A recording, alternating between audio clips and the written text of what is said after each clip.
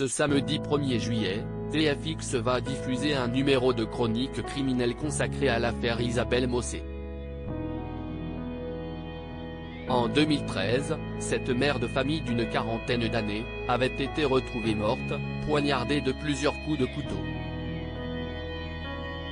C'est un terrible meurtre qui s'est déroulé dans une petite commune tranquille d'Alsace. À Ilfurt, à 13 km de Mulhouse, deux sœurs, Isabelle Mossé, 41 ans et Karine Baudin, 43 ans, vivent sous le même toit avec leur conjoint, dans une belle maison qu'ils ont fait construire au début des années 2000. Tout semble aller pour le mieux dans cette grande famille aisée. Jusqu'au 12 septembre 2013. Ce jour-là, le mari d'Isabelle, Éric Mossé, fait une tragique découverte. Alors qu'il ouvre la porte du garage, l'homme trouve le corps sans vie de sa femme, sauvagement poignardé et baignant dans une mare de sang. Selon les premières constatations, son agresseur ne lui a laissé aucune chance.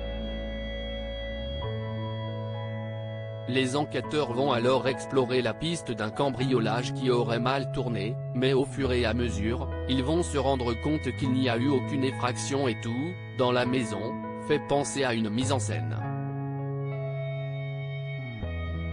Après de nombreux rebondissements, les gendarmes vont finalement découvrir que depuis tout ce temps, l'assassin était en fait juste sous leurs yeux, Éric Mossé, le mari d'Isabelle. Le mari condamné à 20 ans de prison. En effet, au cours de l'enquête, les gendarmes vont retrouver l'ADN de l'époux sur le pantalon de la victime, mais aussi constater qu'il est arrivé en retard à son premier jour de travail le jour des faits, et qu'il aurait donc tenté de maquiller la scène de crime en cambriolage.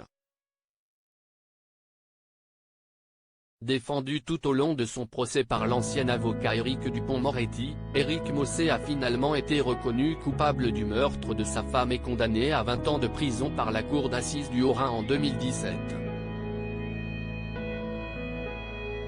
Une condamnation confirmée en appel par la cour d'assises du Bas-Rhin en juin 2018.